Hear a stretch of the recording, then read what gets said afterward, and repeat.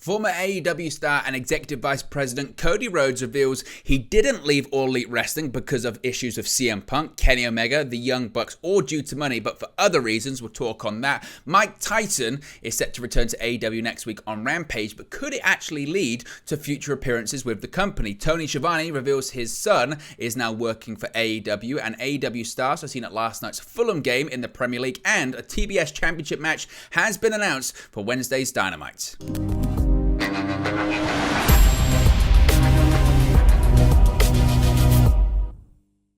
Hey guys, welcome back to Wrestling News 365. Hope everyone is doing very well. As always, there are plenty of news stories to get into in the world of All Elite Wrestling. So let's start off talking about WWE superstar and former AEW EVP, the American Nightmare, Cody Rhodes. And Cody Rhodes has shed some more light while still remaining fairly cryptic about his reasons for departing AEW earlier this year. WWE superstar Cody Rhodes, of course out of action currently with a torn pectoral muscle, took to social media to dispel any rumors about why he left All Elite Wrestling. Rhodes noted on Twitter that he didn't leave the company he helped found due to either the Elite, or that course being the Young Bucks and Kenny Omega, or CM Punk. He tweeted, quote, "I didn't leave because of the Bucks/Kenny. I'm forever bonded to those men over what we created, and I remain very proud of it. And I didn't leave because of or have issues with Punk. We got along. Not money, not booking, just a personal issue and my wanting to go for the big one," tweeted the former AEW EVP. Omega and the Bucks could obviously reportedly return to AEW in some capacity imminently, since the backstage altercation between them and CM Punk and Ace Steel All Out. They were backstage this past week at AEW Dynamite for the first time since the incident in Chicago following All Out. Their return was also teased on television during Wednesday's edition of AEW Dynamite. When it comes to CM Punk, of course, it was noted in a report via Wrestling Inc. that AEW hasn't reached out to Punk since the incident, and it was reported a few weeks ago that the company is currently working on a buyout of Punk's contract. Ace Steel, for that matter, has since been fired from the company. Rhodes, on the other hand, left AEW earlier this year and made his return to WWE at WrestleMania 38. He's been dealing with a torn pectoral tendon since June. After his match with Seth Rollins inside Hell in a Cell at the pay-per-view Namesake, he underwent successful surgery. Since the surgery, he's been training with WWE Hall of Famer and fitness guru Diamond Dallas Page. It's been rumored he could be returning as soon as the Royal Rumble in January of next year. Now, with what Cody Rhodes said there and the way he kind of phrased it, he still is tiptoeing around the issue. Cody Rhodes, I don't think, will ever actually say the real reason for why he's decided, or why he did decide to leave AEW. Remember as well that AEW, Tony Khan, did have an optional year on Cody Rhodes' contract. If he wanted to, he could have automatically triggered that extension clause, and Cody Rhodes would have had to have stayed in AEW for an extra year. Tony Khan decided not to exercise that option out of respect for Cody Rhodes, and Cody Rhodes obviously wanted something that he couldn't get or wasn't happy with something, and because of that, he left the company. The two parties decided to go their separate ways. Cody Rhodes can say he didn't leave because of an issue with the Bucks and Kenny. And I think what's important with this, actually, is to break it down very sequentially and all of these different parts. So he says he didn't leave because of the Bucks and Kenny. That's in reference to, even prior to Rhodes' departure, I think it was around the summer of last year, or maybe the fall of last year, there were reports that there was a big rift between the Elite, particularly between the Young Bucks and Kenny Omega and Cody Rhodes. By all accounts, they weren't on speaking terms, and it was kind of evident in the way that the Elite were being presented on television. You would have Kenny Omega and the Young Bucks doing their own thing, being part of the Super Elite at the time with Doc Gallows and Carl Anderson and Don Callis and Adam Cole, and having all that thing go on there. And on the other side of it, you had Cody Rhodes in the Codyverse, essentially, doing stuff that wasn't related to the Elite at all, but there wasn't even a crossover. There wasn't a reference. Cody Rhodes' stuff on AEW television felt really just separate to everything else. He was in his own bubble. He was in his own world. The stuff he was doing, which wasn't really good. I mean, the matches were fine. He had a feud with Malachi Black, and he had that horrible feud with QT Marshall and the Factory and Anthony Agogo. It was bad stuff, and everything just felt like it was the opposite of what the fans wanted. And again, the Codyverse really consisted of Cody Rhodes is a good guy, he's got friends, and then his friends turn on him, they feud with him, and Cody Rhodes most of the time wins eventually. That's kind of how it worked. Or if someone debuts in AEW, they attack Cody Rhodes because Cody Rhodes was the American Nightmare, and fans wanted to see something a little bit different from Cody Rhodes. They wanted to see him be a heel. They wanted to see him be a bad guy. And Cody Rhodes didn't want to be a bad guy. He wanted to be a good guy. And then because of that, there was this confrontation between the audience and the booking. And people said, but look at the reaction he's getting. It's like John Cena. And it wasn't like John Cena.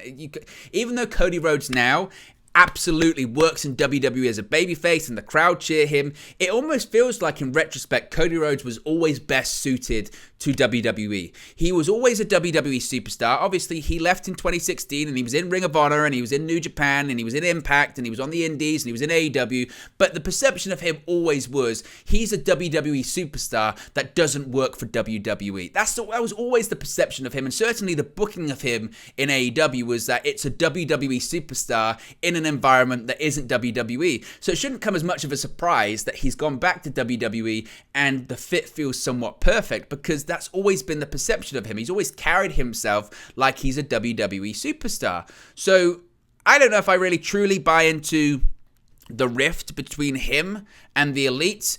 Again, there have been reports that basically said that the Elite, and again, this is back in when the EVPs really truly had some control and say over the company. Initially in 2019, the EVPs were heavily involved in creative, were heavily involved in writing the show, were heavily involved in having office roles. But come the end of 2019, when the creative was getting pretty bad and there was a particular episode of Dynamite, it's when the Dark Order attacked the Elite and the ratings were terrible. Tony Khan pulled back the reins and said, look, ultimately guys, I know you're EVPs, but this is my company. It's my money. It's my head on the line. It's my neck on the line. I need to make this work. So Tony Khan took over the booking and the creative, and in fairness to Tony Khan then, it worked for him, and Dynamite started to produce some really good shows, and AEW started to produce some really good shows, and the ratings started to pick up. They got a new television deal, and Tony Khan basically became the guy that was really in charge, even though it was his company. And the report was that Cody Rhodes really wanted AEW to go after WWE and really wanted it to be a Monday Night Raw versus Monday Nitro kind of situation, and the Young Bucks and Kenny Omega really wanted it just to be its own company and just to be doing their own thing and not focus on what WWE was doing. And again, that was a point of contention between them. And so that was that part of it. And again, you can believe what you want when it comes to that. The next part of it was CM Punk. And did he have any issues specifically with Punk? And I don't think Cody Rhodes had any specific issues with CM Punk as a person. I know a lot of people have. I know Chris Jericho has called him a cancer and a detriment to the company. I think the only issue Cody Rhodes probably had with CM Punk is that CM Punk came in and was the highest paid guy in the company. And Cody Rhodes, in the same way it's somewhat similar to MJF, but almost on a bigger scale, felt like, well, actually, I helped build this company. I helped found this company. I was involved in All In, which was the precursor to AEW. It was almost the pilot, and it was a light bulb moment for Tony Khan that another company could be made. The demand was there, and we could actually have another pro wrestling company on a bigger scale. And Cody Rhodes was involved in that. Cody Rhodes was involved with obviously the Bucks and Kenny Omega, and he was instrumental, obviously, in helping found the company. It wasn't his money, but he was instrumental in creating that company. And he saw someone like Punk came in, make all of this money. And by the way, it wasn't just Punk. There were lots of other people that came in on higher money deals than a lot of the EVPs, because when the EVPs signed contracts with AEW and Tony Khan, it was Tony Khan's money at the time. So Tony Khan had a budget that he was willing to pay these people. But once the second television deal came in, not the first one with Warner Media, which was, we're not paying you any money to produce the television program. You can get a split on the ad revenue, but it's out of your own pocket to produce this show, which was Dynamite, in January of 2020.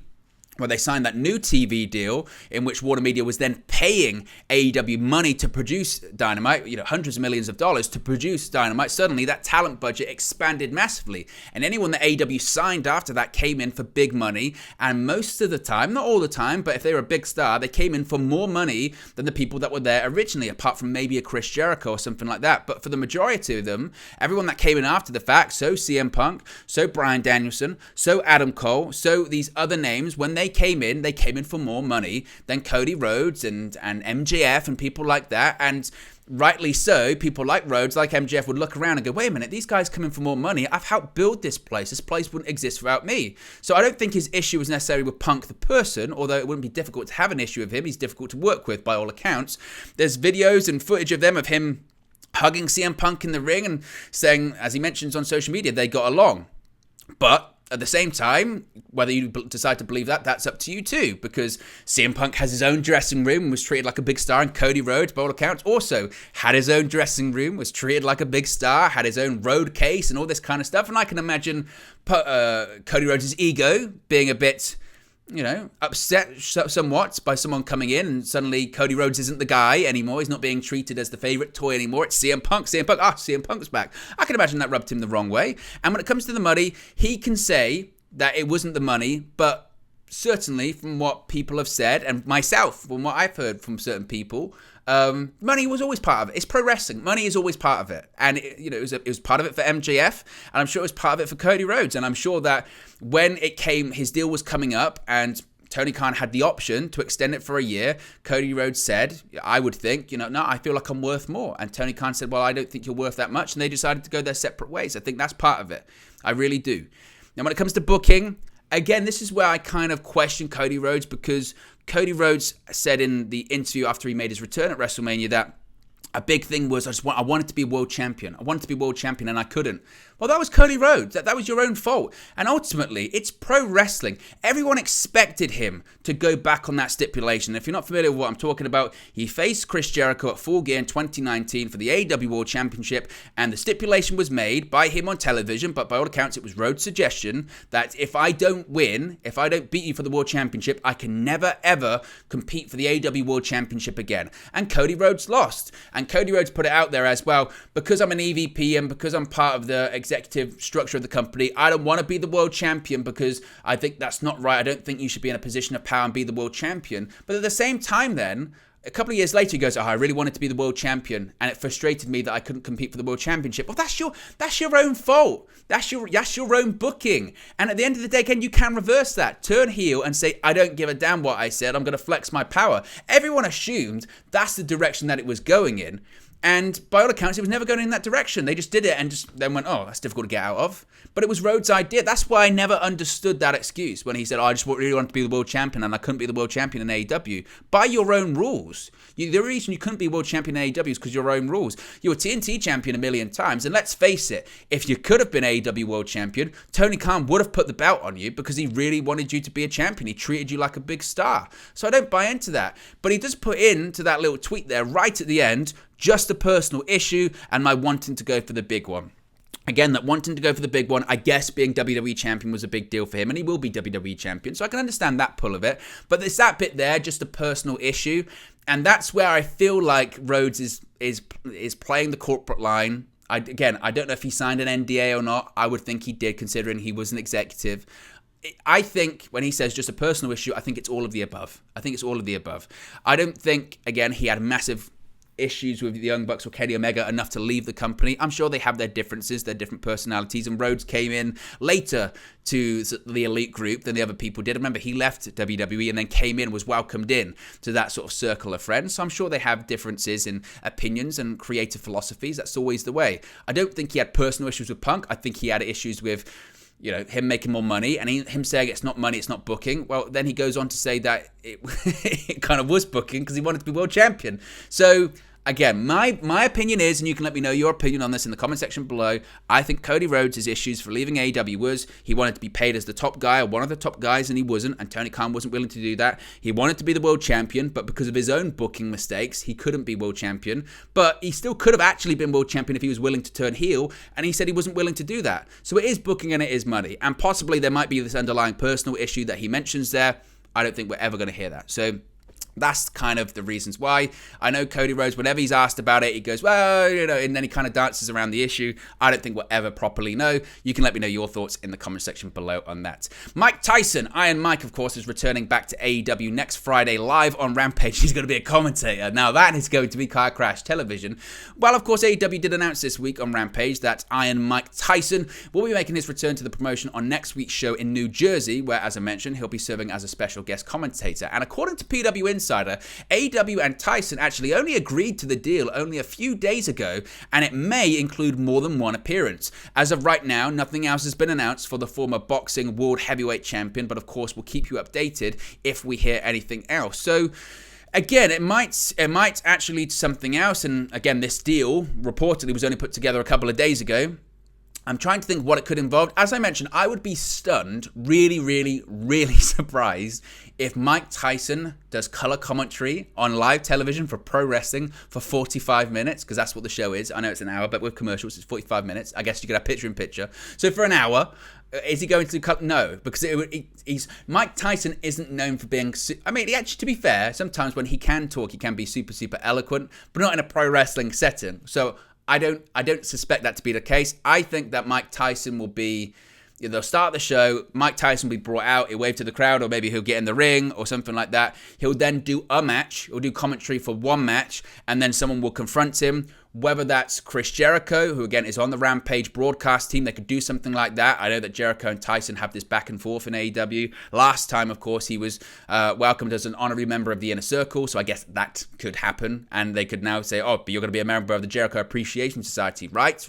And then that doesn't happen, and then we build to Tyson versus Jericho, maybe at Full Gear. Maybe we're finally going to get that. Maybe that's going to be the case. I don't know. But it could lead to future appearances, or it could just be a one-off. We'll have to wait and see when it comes to that. Now let's talk about Tony Schiavone. Tony Schiavone has announced that a family member of his is now actually working in AEW. Tony Schiavone has revealed some personal news about his son getting a job working with him at All Elite Wrestling. Of course, when AEW launched in 2019, Schiavone was one of the main announcers in the company and remains in that role over 3 years later. Of course, he's got actually a massively expanded role. He's in talent relations as well. He's the interviewer too. He's also on Rampage as well.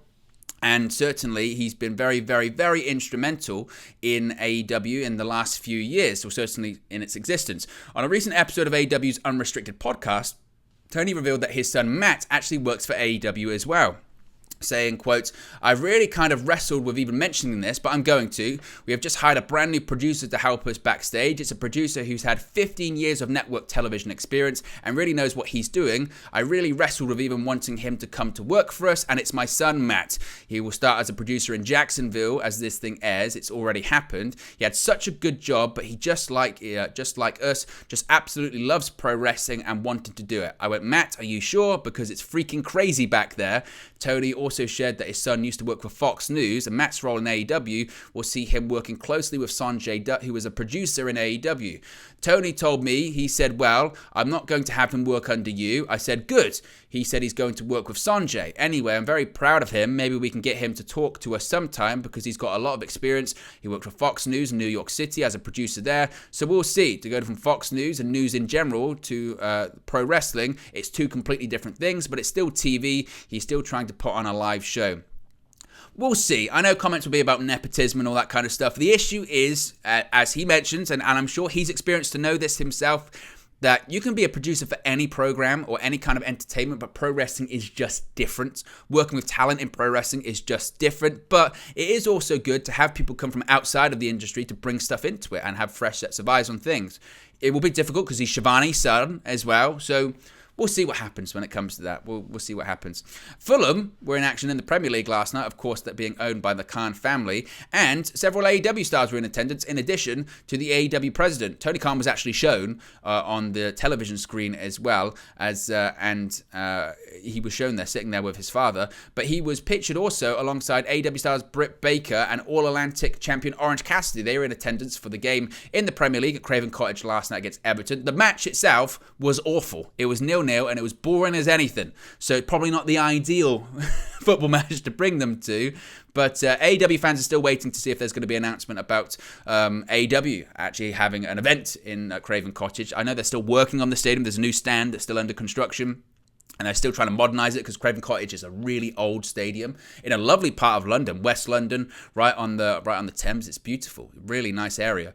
So they're trying to update what was a very old stadium, and I guess once it's updated, the renovations have been finished, we'll get an AEW show there at some point in the future, maybe next year. Finally, a TBS Championship match has been announced for Wednesday's edition of Dynamite, and it's been officially announced from Baltimore. The TBS Championship will be on the line. Jade Cargill will face Marina Shafir. Other matches, of course, that have been announced are Moxley versus Moriarty in an AEW World Championship Eliminator match. Ring of Honor champion Chris Jericho versus a former ROH champion. Renee Paquette's going to sit down with Dr. Britt Baker and Saraya. All Atlantic champion Orange Cassidy versus Luchasaurus versus Rey Fenix for the championship on the line. Darby Allin versus Jay Lethal. And Billy Gunn is going to have a birthday bash, even though his fingers were possibly chopped off on Rampage. I don't know. When it comes to this TBS Championship match, I'm going to go on a limb saying it's not going to be great because Gargano and Shafir have had matches before that haven't been amazing, but we'll have to wait and see. Maybe they'll prove me wrong. But there you go, guys. That's the latest AEW news for you. Be sure to smash a like on the like button. Be sure to subscribe, bottom right-hand corner. Let me know your thoughts on today's AEW news stories in the comment section below, and I'll speak to you again very, very soon.